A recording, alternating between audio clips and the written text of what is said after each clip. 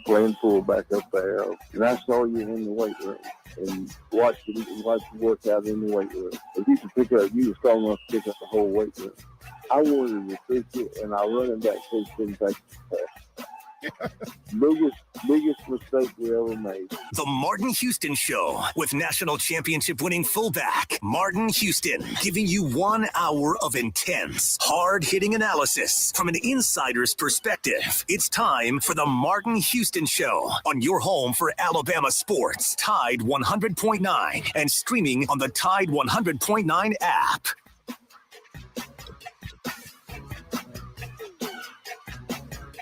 Good morning. Welcome into the Martin Houston Show, powered by MaX Sports. It's a Tuesday edition of the show. We're live, local, and ready to get things rolling. I want to encourage you to join us on Tide 100.9 and WTBC 1230 a.m. on your radio dial. You can also join us on the live stream on Facebook, YouTube, and Twitter under the handle of Martin Houston 35, as well as MaX Sports and Tide 100.9 and the Martin Houston 35. So all of those will get you into the show. If you're driving down the road in your car and you would like to interact with us, then you're always welcome to pick up that phone and call 205-342-9904. That's the Alabama One hotline. That's the Alabama One hotline that we are live and local on. And then also you're always welcome to join us on the live stream and let us know what you got going on there. Respond to us, react to us, and we'll work you into the conversation. We're going to have DC Capstone Report joining us for the entirety of the show as he do each and every Tuesday. We'll have no X today. So going to hopefully be plenty of time for you to interact with us. So go ahead and make plans to do that.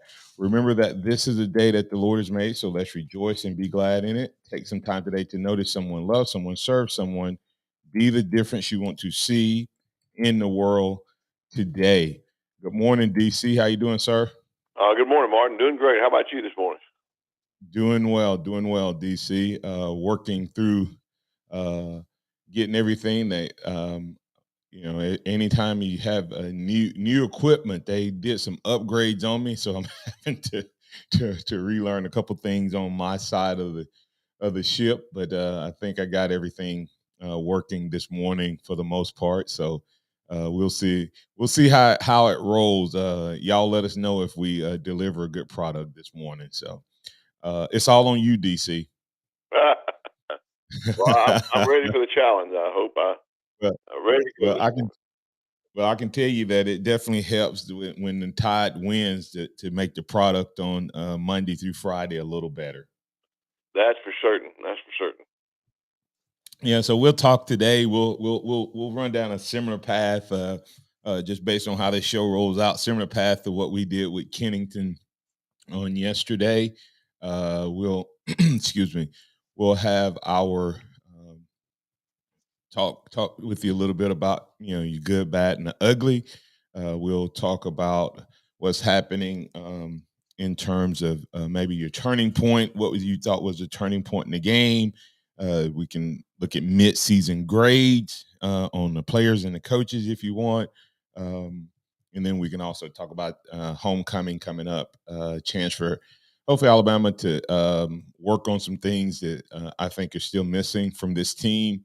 But good for Bama to get the win over Texas A&M. And once again, not sure if Jed picked it up, but Jed Cohen out of Cherokee, North Carolina, won the prediction contest. So he goes into the year-end swag pack giveaway. So hopefully we're trying to work on some things, DC, with this Alabama Always, trying to figure that whole program out, and may actually have some officially licensed stuff in the swag pack. We'll see, instead of just some branded stuff. We'll work through that.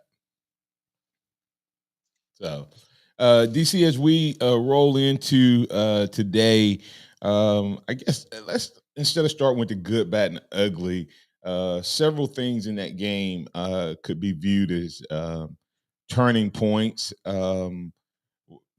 What did you see as some candidates? Let's talk to some potential candidates as turning points. Could have been good or bad. Well, I think several times in the game we saw some turning points that kind of helped Alabama win this game, and I think the number one turning point was, in my opinion, was the quarterback play for Jalen Milroe in the passing game. I think Texas A&M started out to stop the run, take away the run, and make him beat him, throw him, and he did just that. Had a career day throwing the ball. So I think that was a turning point when he kind of maximized his ability to throw the ball in the game. That's a kind of a candidate. I think another turning point in the game is seeing Jermaine Burton finally realize his potential as a wide receiver, and they obviously saw a matchup there that thought they could take advantage of, and he did just that in the game. I think that's a potential candidate, but specific plays, I go to the defensive side of the ball, and I think Caleb Downs' interception right after the interception that Jalen Milroe had thrown was a huge, I think, turning point for the defense and also for the entire team as far as momentum building. And I think the blocked field goal was huge, even though we had the penalty that called the touchdown back. It was still a huge momentum swing, and then getting the safety in the end zone there, and the play of the defense in the fourth quarter, especially getting that. I think three of their 5 sacks came in the fourth quarter, maybe 4 sacks came in the fourth quarter. But just the play that they just overwhelmed the offensive line with the defensive line play in the fourth quarter, second half of the fourth quarter. So I believe all those are candidates for turning points in the game. And you may have had even some more. There's a lot of swings in this game. Yeah, definitely. Definitely. So those were definitely turning points, DC, and one of the turning points, and I'm gonna play this one, DC, to let this is kind of a series of turning points, I guess, as you play it out. But when you look at this particular play, it could have been a turning point for them. Then it was a turning point for us, and then it wasn't. And so this is first and 10, 26-17 with 3:27 to go in the game. And this is what happened. You haven't done anything yet. Johnson loads, throws complete. Anaya Smith down the sideline and in. Touchdown A&M. Smith's a slot man to the right. As you and I both know, that play, DC, looked like it was going to be the turning point. But then Bama's defense proceeded to absolutely bow up and take over that game in such a way to prevent them from scoring. You take, you know how they say 3 or 4 plays, DC, make the difference, and it's a game of inches. I think you can kind of sum up all of that in that little series of plays right there, because if he gets in, it's a touchdown, and it's 26-24. How different you feeling? You know? Yeah, big difference. Big difference. I mean, so and every one of the other plays to me were turning points. But I don't disagree with any of that. I think all of those were turning points, and probably several others that we didn't mention. I mean, like DC, the play where Milroe gets hit in the back and fumbles, but our offensive line recovers the ball. You know, huge. But when you take everything that happened in that game, the defense, how good is this defense, or how good did this defense at least play on that day? Yeah, I agree. The defensive play in the game against Texas A&M on the road against a very quality opponent, especially with the big offensive linemen they had, showed me something. And they showed me that they could dig deep and get a little more when needed. And they showed me that they were resilient to the fact that they didn't give up. I mean, I'll be honest with you. There have been times I felt like our team previously under another coordinator would get down there and wouldn't be able to hold them in the red zone. Wouldn't you would be within the 10-yard line, 7-yard line, 5-yard line, and they just couldn't bow up. And this team had the gumption, the resilience, if you will, to bow up. And so I give them kudos. I feel like it's one of the best defensive teams Alabama's put together, and it's been getting better every week. It's not there yet. I mean, the potential is even be better for this defensive team. DC, think about they had their first 2 drives red zone, 3 points. Mm-hmm. They had another drive with 3 points. No points, and I think they had 4 drives and had 6 points in the red zone. Right. That's playing championship level defense. Simi and I were talking offline. Since the Texas fourth quarter, do you know how many points this defense has given up in the second half of games? I don't know for sure. I mean, it's not much. Less than they gave up in that fourth quarter. Yeah, that's when they gave up against Texas. They've given up. I think it was they gave up 7 to Mississippi State. 10. I think 10 to and then they had 3 against Ole Miss. So right. They have literally. And they haven't given up but 3 points. I think that was the first 3 points in the fourth quarter that this defense gave up since Texas in the fourth quarter. First 3 points. I agree 100%. I think playing Texas early in the season really helped this defense, give them a barometer, if you will, of where they were and what they had to improve on. And they've gone out, and like I said, improved every game and still have the potential to improve. Yes, absolutely. And if you look at that game, the miscommunication in the fourth quarter cost us dearly. Cost us throughout that game, but dearly in the fourth quarter. It appears that the communication, whatever was going on with that, whatever change they made, whatever, it appears to have worked, because even when, other than that one drive against Ole Miss, we've not seen guys running wide open in the secondary.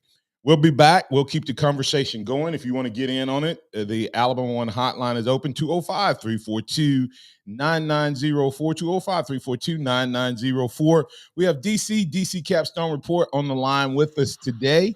You can get in on it as well. Tide 100.9 traffic.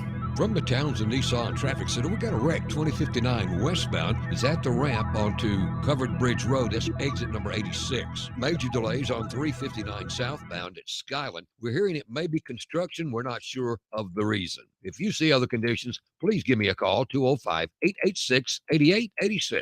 Now get $2,000, $4,000, up to $8,000 in instant savings at Townsend Nissan. I'm Captain Ray. All of the West Alabama high school football scores every Friday night all season long on Tide 100.9. High school score updates brought to you by 4th District Congressman Robert Adderholt.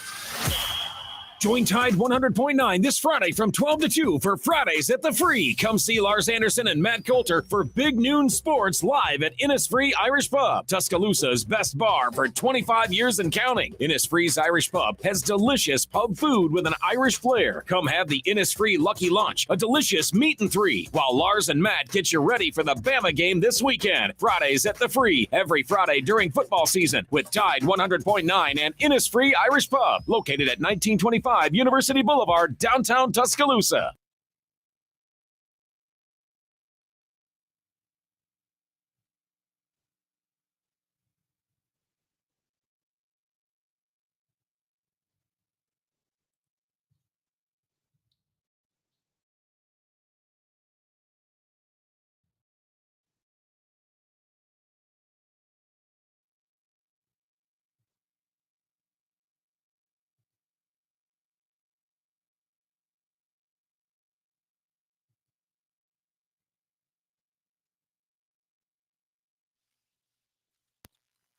No, I think it was a combination of both. I think that, we mis-ID'd some plays in terms of who we were blocking and where we're going to. And, I think we missed some things on some of their stunts and pressures. Their front seven is really good.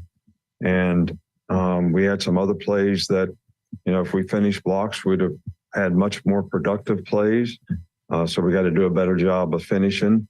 But we also knew that, going into the game, that it was going to be tough sledding up front, and we were going to have to be able to throw the ball effectively. And I was very pleased with that part of it. Still got to work on protections, but on how we protect the quarterback.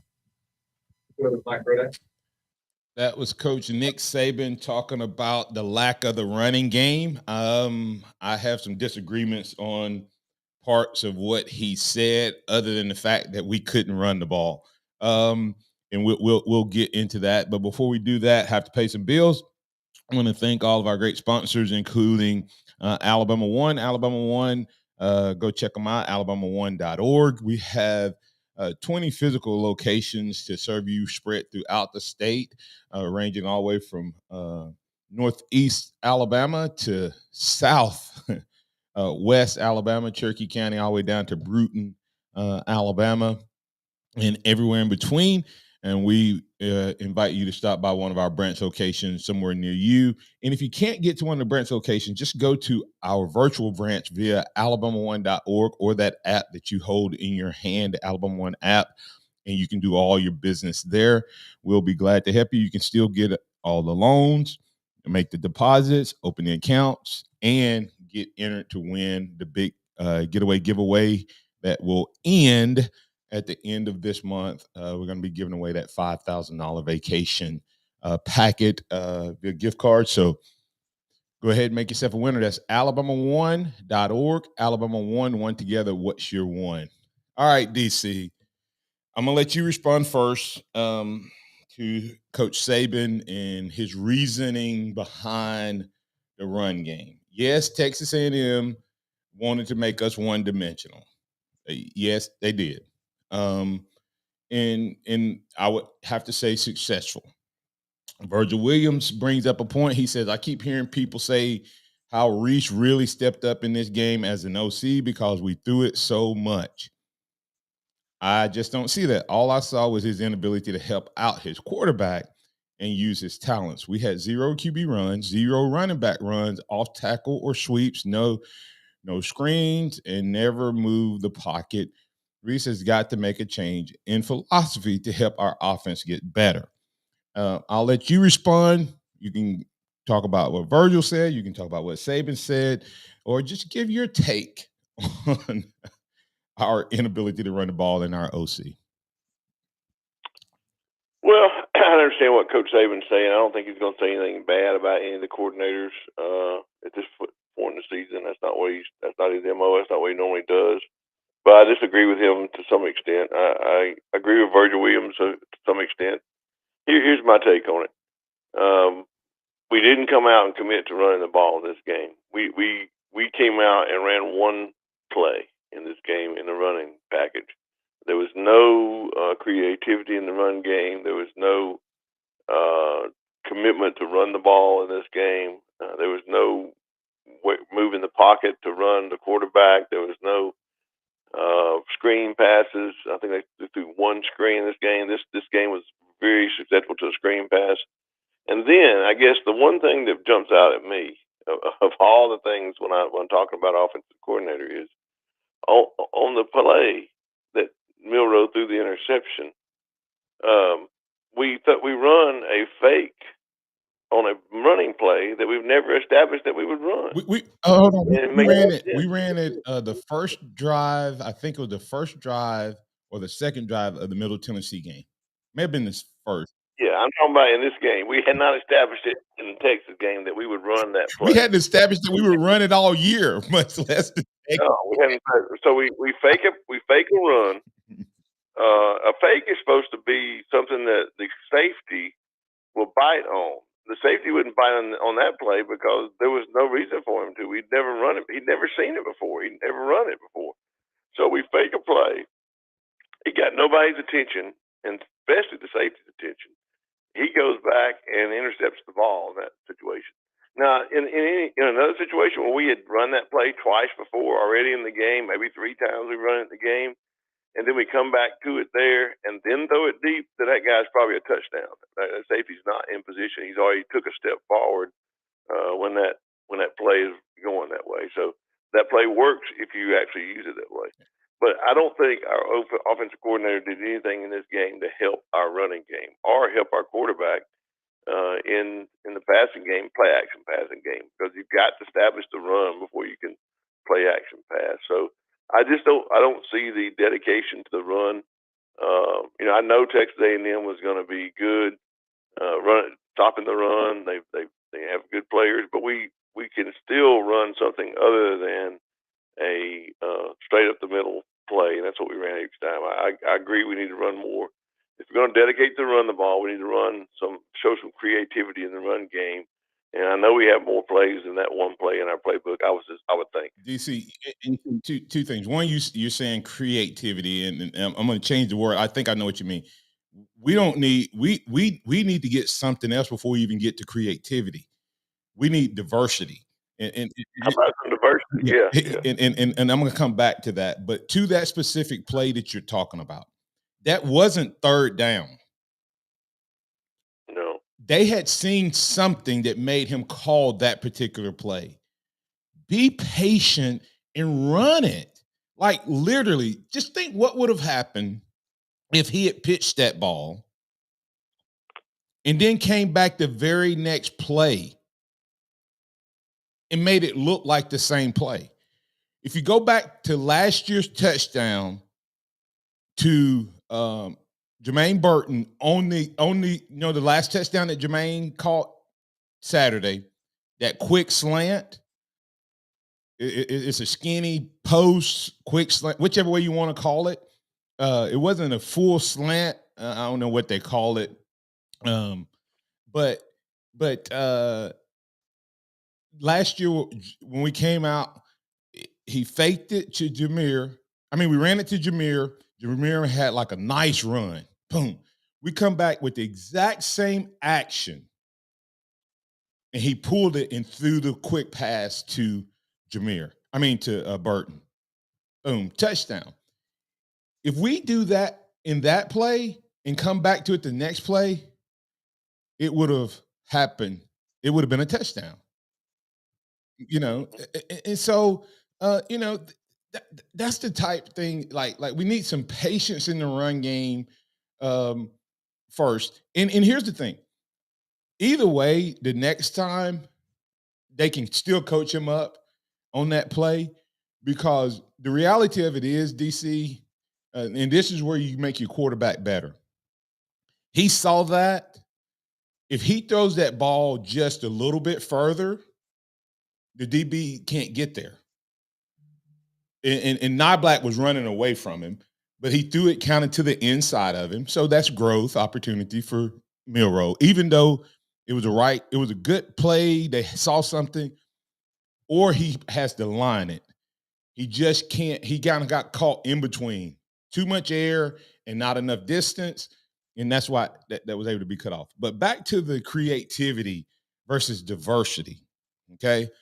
Creativity is things like Spurrier used to do, where he had the counter pitch, where the running back would start to the right and they would pitch it to him, and then he would plant that foot and they run a counter back to the other way.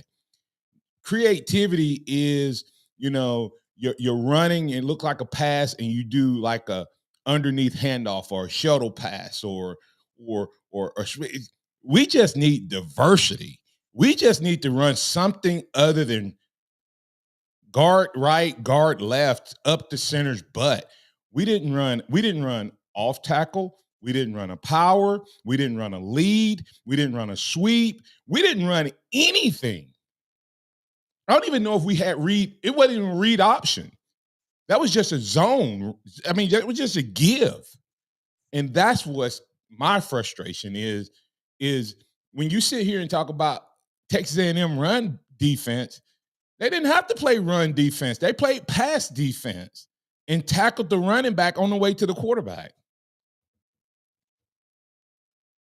I agree 100%. We didn't even see a trap play or draw play in this, which would have been perfect for this kind of rushing lineman. We didn't see anything like that, and I agree 100%. I thought about what you used to say, Martin. Coach Stallings' philosophy on running the ball, and I thought even Coach Stallings would have told him to run to something else after running it so many times up the middle like that. Hey, DC, let me ask you this. The fact that we'd had 0 call runs, and you and I spoke earlier in the week, I think that there may have been more truth to your inquiry than I'm trying to give Tommy Rees benefit of the doubt. And so I'm going to say that our conversation last Tuesday or Wednesday, our text conversation, may have had more validity than we think. Miro was hurt. His hamstring was pulled. I think maybe the reason he's not running the ball more. Maybe he didn't. Maybe that's why they didn't call a single run, and he only scrambled, to me, I think, past the line of scrimmage one time. Yeah, and that's possible. And they were just hiding that nicked up injury. Not that enough to keep him out, but enough to keep him from hurting again. Yeah, they didn't want him to do anything to run unless absolutely necessary. Give him that benefit of the doubt. But the diversity in I know a couple of times after a sack, he did walk off a little gingerly, and I think you're right about that. Yeah, that would be the that would be the only thing that would make me think otherwise. MHS 0407 keeps saying this has happened to Bama before. In 2021, Bama had only 6 rushing yards against LSU at home. Who's the offensive coordinator in 2021? Who's the offensive coordinator? In 2021? Uh-huh. Was that sorry? It would have been Bill O'Brien. Bill O'Brien? Yeah. I was actually calling for Bill O'Brien Saturday, so that's how bad. I was calling for Major Applewhite. Yeah. I mean, that's how bad I felt. Hey, here's the thing. We used to say, and we're going to get the break after this, and we'll come back with a little bit more conversation. We used to say that. I'm sorry, I was about to call for your caller, Martin, that has the moving van. That's who I was about to Alan? call for. Go ahead. Yes, Alan. I was about to call for Alan. Yeah. I don't think he put the right year in there. I think he's talking about the year we went on to win the national championship. And he put in 2021. I don't know if that's the game he's referring to. I don't think he has a year right. We got several other plays. I'm gonna get you players of the game. I got a special guy who I think deserves player of the game. I'm gonna play a little series of plays coming back from the break and see what you think about this being a game-changing moment for this young man and for Alabama. We'll talk about it right here on the Martin Houston Show, powered by MaX Sports with DC of DC Capstone Report.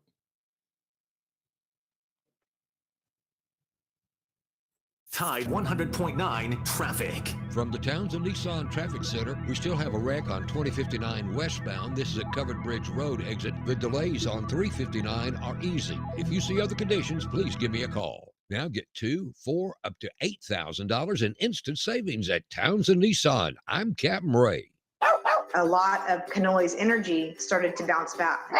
She has a lot of puppy moments, and she'll be 14 this summer. What did these dog parents do for their dogs? They switched to Nature's Blend, a premium freeze-dried raw dog food made by Dr. Marty Goldstein, a veterinarian Forbes magazine called the Miracle Worker. It's the easiest way to support your dog's easy digestion, nourished skin, playful energy, and most importantly, their healthy, full life. I'm so confident your dog will love it. Your order is backed with a 90-day guarantee. Save up to 54% off Nature's Blend and get a free full-size bag of Tilly's Treasures dog treats. They're best-selling beef liver dog treats while supplies last. Go to drmartypets.com/deal or text DEAL to 511-511. Go to drmartypets.com/deal. or shop in over 2,000 stores nationwide. Use the store locator to find the store closest to you. All pets are unique. Your pet's results can and will vary. Message and data rates may apply. Studies available upon request. You could win a Dodge Challenger RT or your share of $25,000 in free play and cash at Birmingham Racecourse Casino. The more you visit, the more chances you have to win. Play the latest, most exciting games around with fun bonuses and big jackpots. You could be a winner too. Come win your share during the Challenger RT and $25,000 giveaway at Birmingham Racecourse Casino. Drawings October 27th and 28th. Located off I-459, exit 31, Derby Parkway. Must be 21 or older. Must be present to win. It's back, the Captain Ray and Randy College Football Forecast Show, where we pick the winners against the spread. Join me and Randy Smalley Friday evenings at 11, right here on Tide 100.9. 15 minutes of fun and information. It's presented by Randy Smalley Floor and Tile. They're back. The 2023 Alabama Crimson Tide football season is on Tide 100.9. Saturdays are game day all day, starting with the Tide 100.9 tailgate show, hosted by DC and former Tide star Christian Miller. Listen as they take you to the sideline and the locker room for all the latest game day news and insights that will get every Tide fan ready for kickoff. Don't miss the Tide tailgate show with DC and Christian Miller on Tide 100.9, powered by Pearl River Resort, your destination for casino thrills, family fun, and live entertainment. We're going abroad for the first time in years, to Spain. So we started using Babbel. And started learning Spanish fast. With Babbel, you can start having conversations in another language in just 3 weeks. ¿Cómo te llamas? ¿Cómo te llamas? When you learn a language, you want to actually use it. Babbel is designed with that goal in mind. In just 3 weeks, we're starting to have conversations in Spanish. Gracias, Babbel. Babbel, language for life. Now try Babbel for free at Babbel.com. That's Babbel.com. Interact with the Martin Houston Show by calling us at 205-342-9904 or tuning into the Martin Houston Show on Facebook.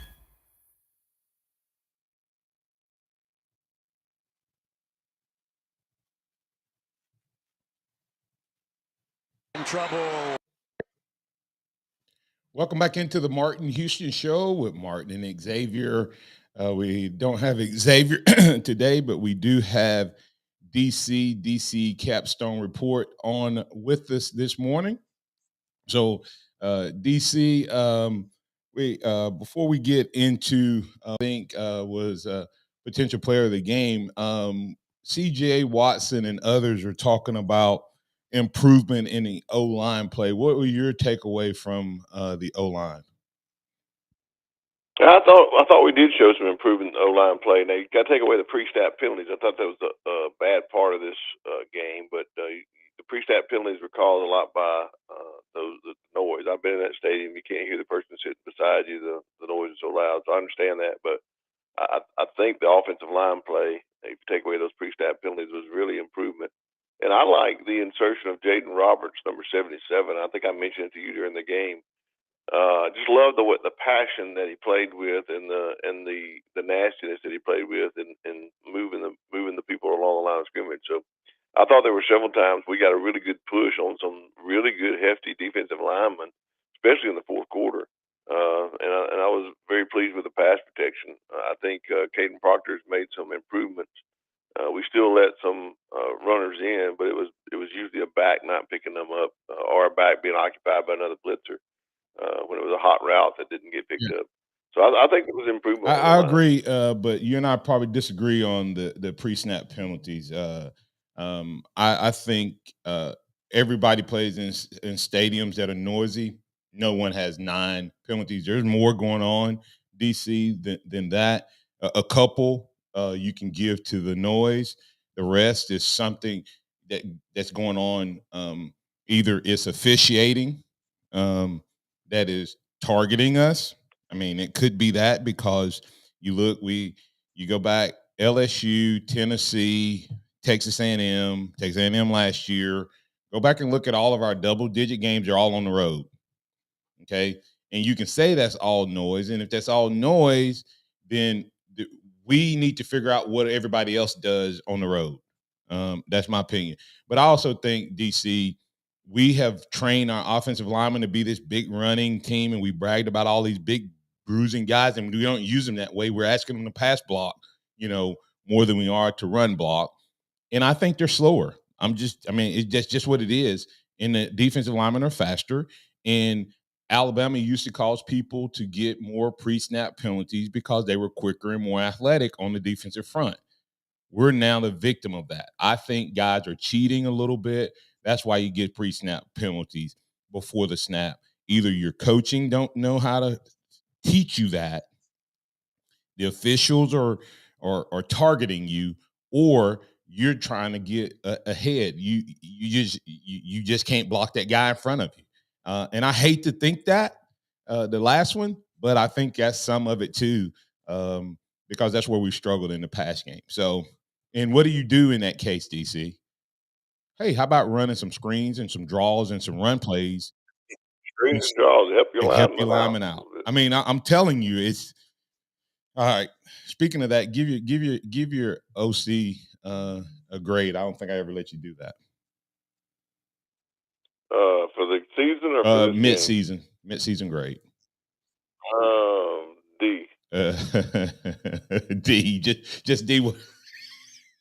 No minus or plus, just D.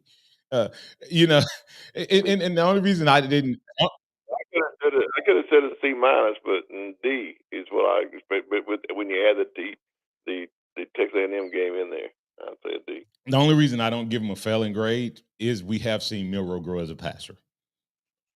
Is that him? True. Is that him, yeah. Or is that just repetition? I mean, I'll give him benefit of the doubt. See, here's my frustration.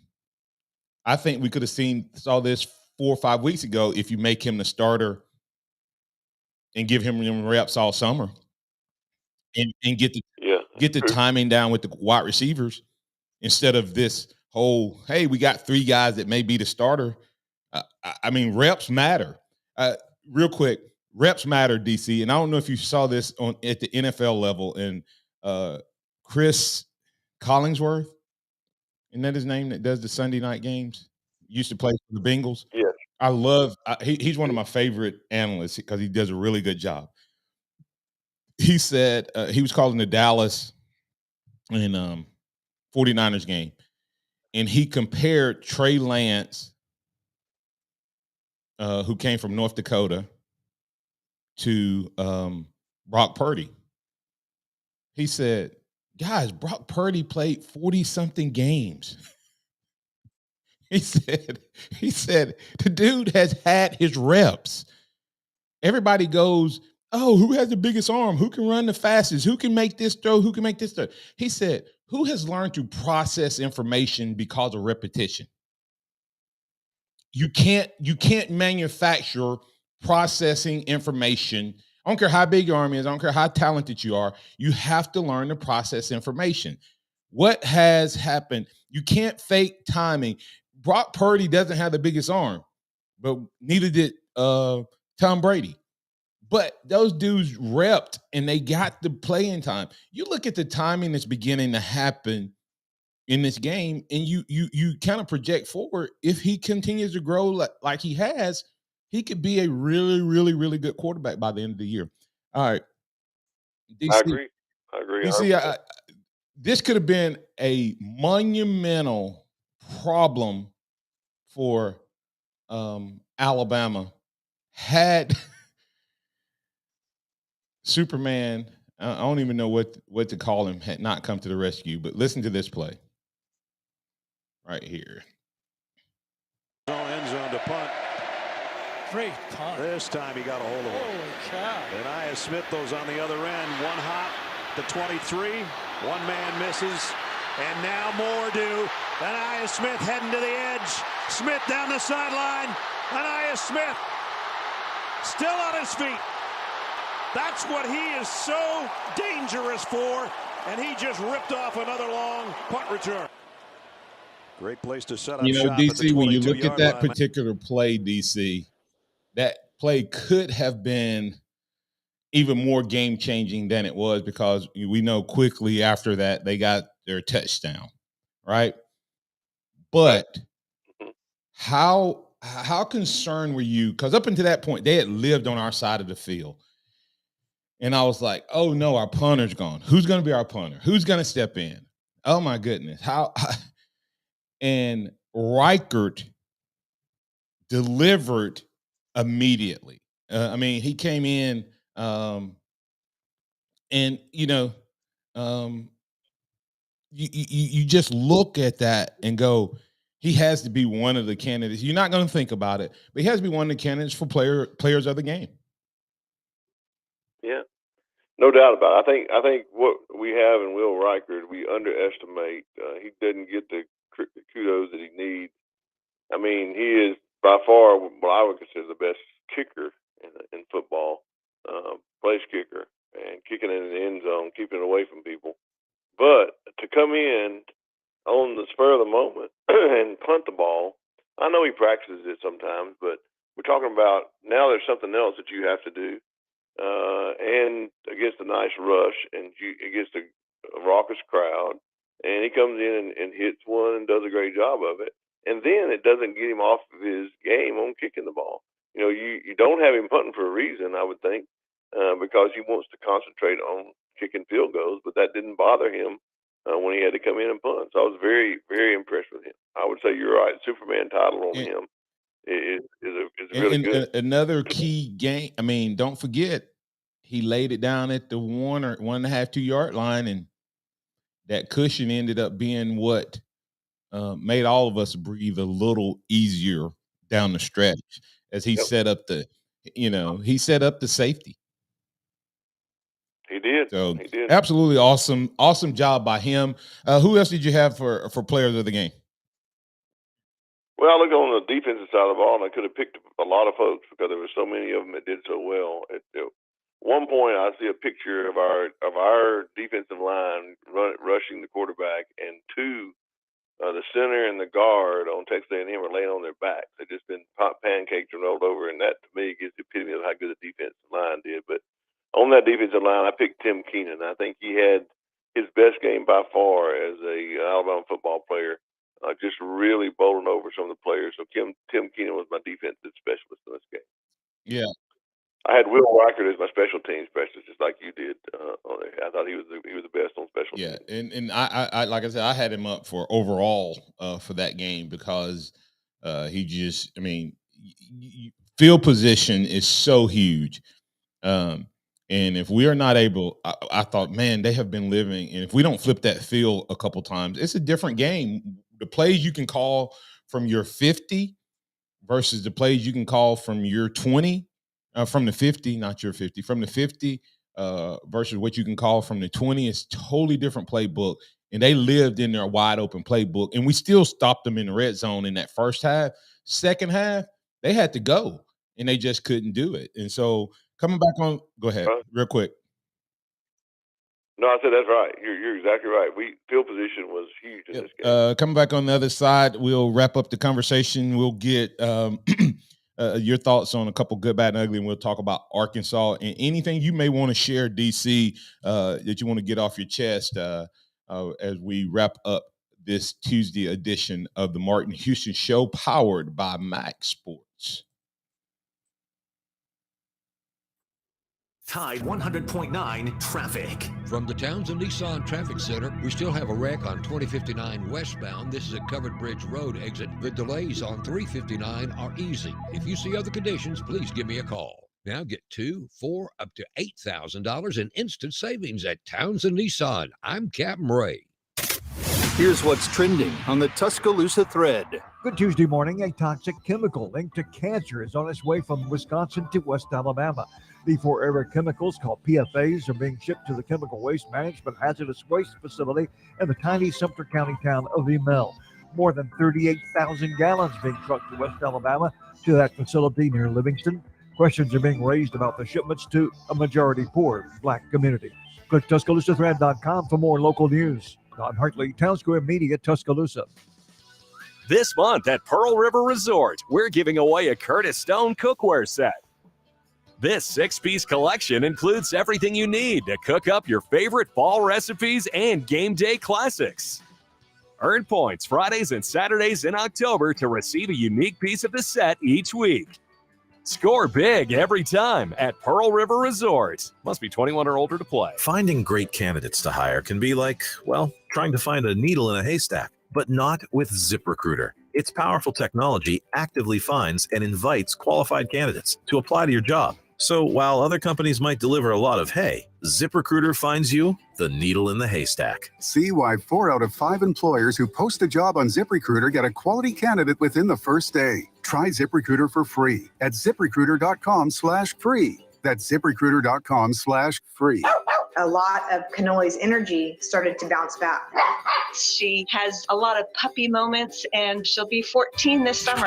What did these dog parents do for their dogs? They switched to Nature's Blend, a premium freeze-dried raw dog food made by Dr. Marty Goldstein, a veterinarian Forbes magazine called the Miracle Worker. It's the easiest way to support your dog's easy digestion, nourished skin, playful energy, and most importantly, their healthy, full life. I'm so confident your dog will love it. Your order is back with a 90-day guarantee. Save up to 54% off Nature's Blend and get a free full-sized bag of Tilly's Treasures dog treats. They're best-selling beef liver dog treats while supplies last. Go to drmartypets.com/deal or text DEAL to 511-511. Go to drmartypets.com/deal or shop in over 2,000 stores nationwide. Use the store locator to find the store closest to you. All pets are unique. Your pet's results can and will vary. As a data rate may apply. Studies available upon request. Keep it locked into Tide 100.9 for more of the Martin Houston Show with Martin Houston and X's and O's Sports, Xavier Houston.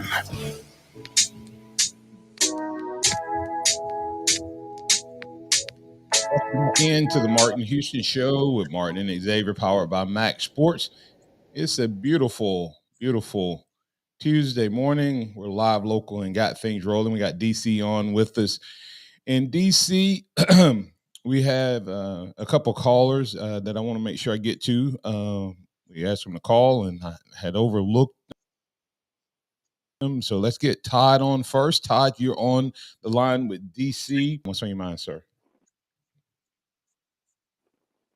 Hey, good morning, Martin, DC, man. Thank you for taking my call. Guys, I just can't say enough about Mill Road dropping them bombs Saturday.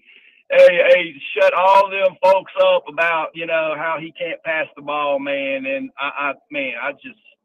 he's been my man since the last Texas A&M game last year when I sat there and watched him warm up and play that game, and everybody was just bad-mouthing him, dogging him out. Man, I'm just so happy for that young man to be successful Saturday and build his confidence. And, man, I hope he's not hurt, though. I mean, you guys, have y'all heard a report that he's got a hamstring issue? I have not heard it. Go ahead, DC. Yeah.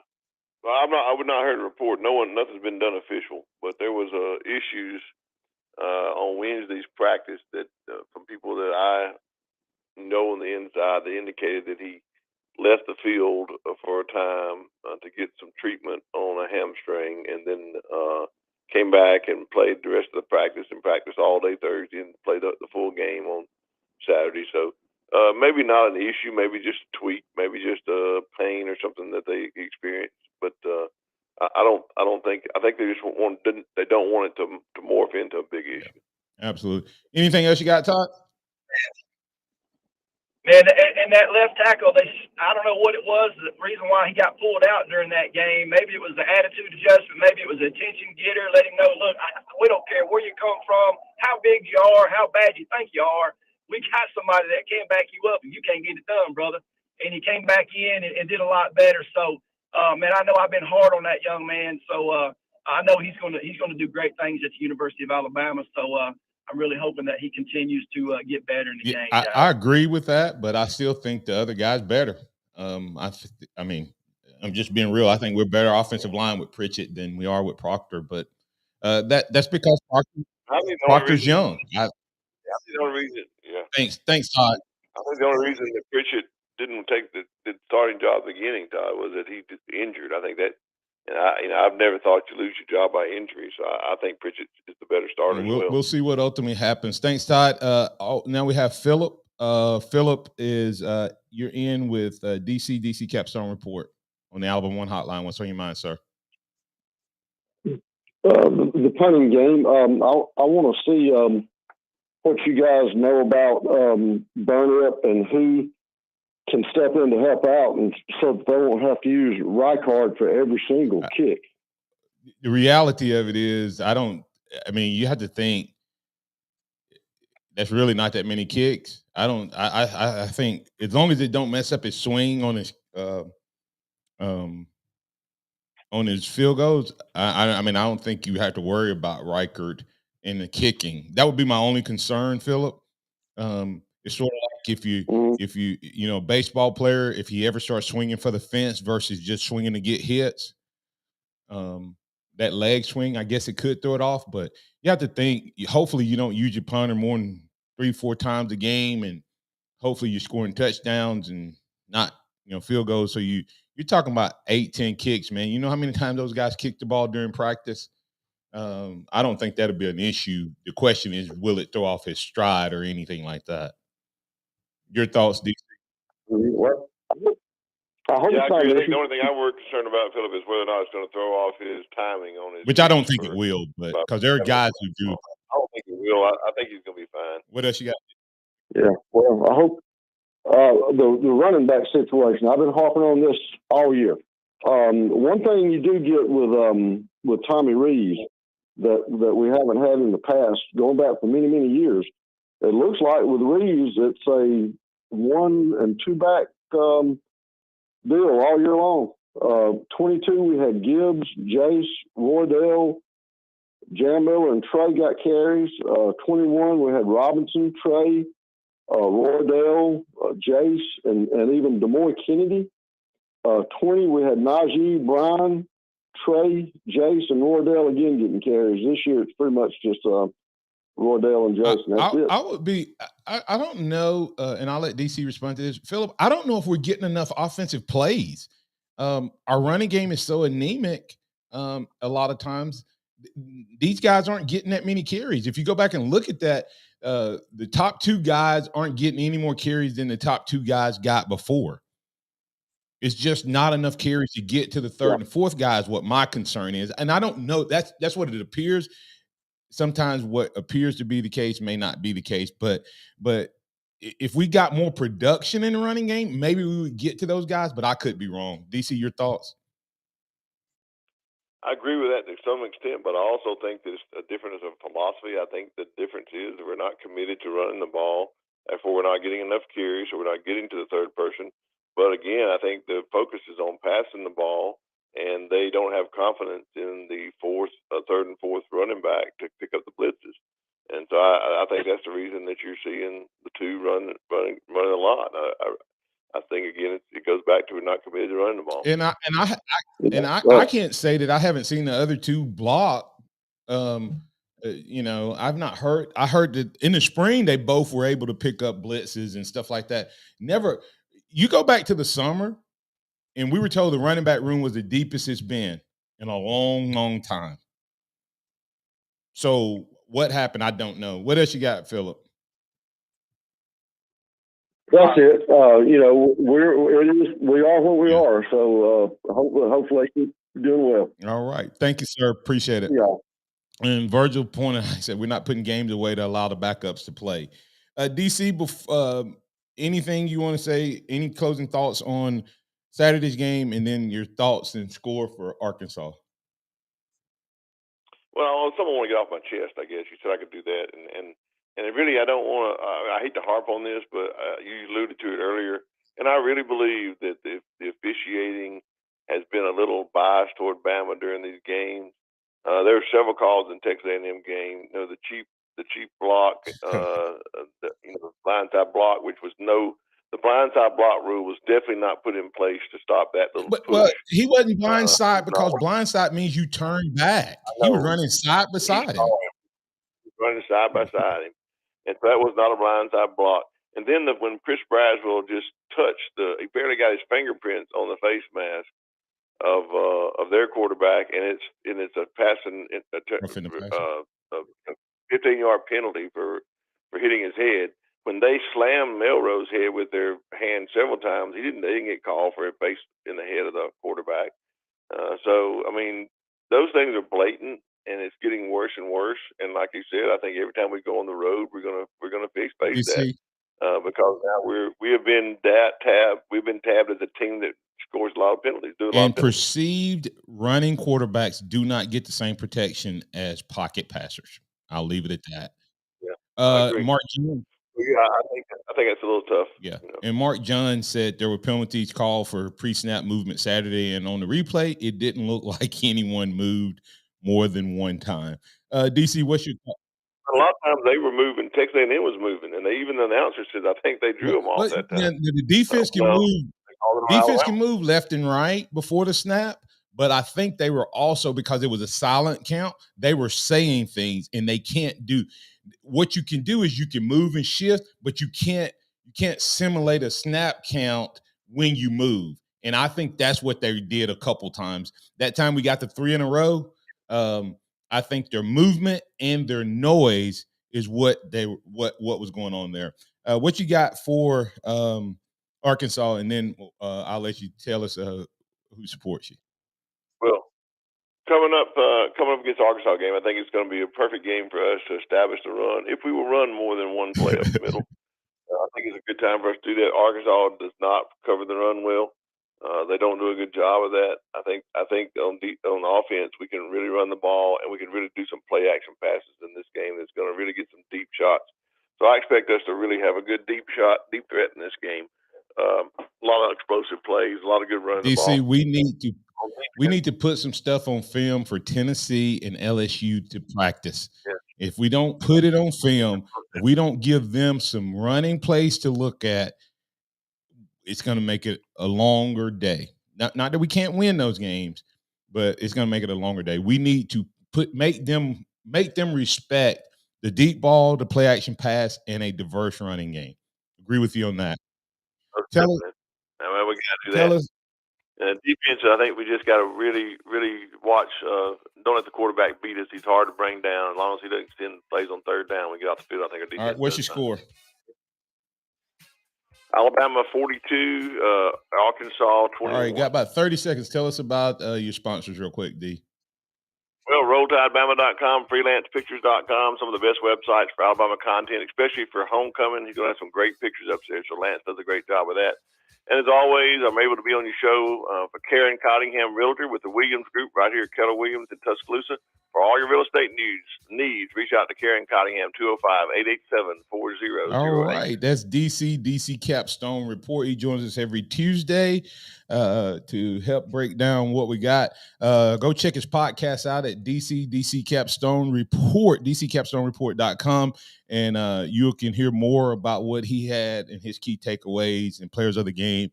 His good, bad, and ugly, and all of that and more at DCCapstoneReport.com. Thanks, DC. We'll catch you on next week. Thanks, Martin. Have a great week. Roll Tide. All right. Hey, I'm Martin Houston. That was DC Capstone Report. X is out on assignment. Hopefully he'll be able to be back with us on tomorrow. If not, I'll be back here at the same bat time, same bat channel for more of the Martin Houston Show, powered by MaX Sports. Remember this, trust in the Lord always, lean not on your own understanding, and all your ways acknowledge him, and he will direct your paths. Thanks to all the callers, listeners, viewers, and chatters for being a part of the program. Roll Tide out to everybody on Tide 100.9 and WTBC 1230 AM.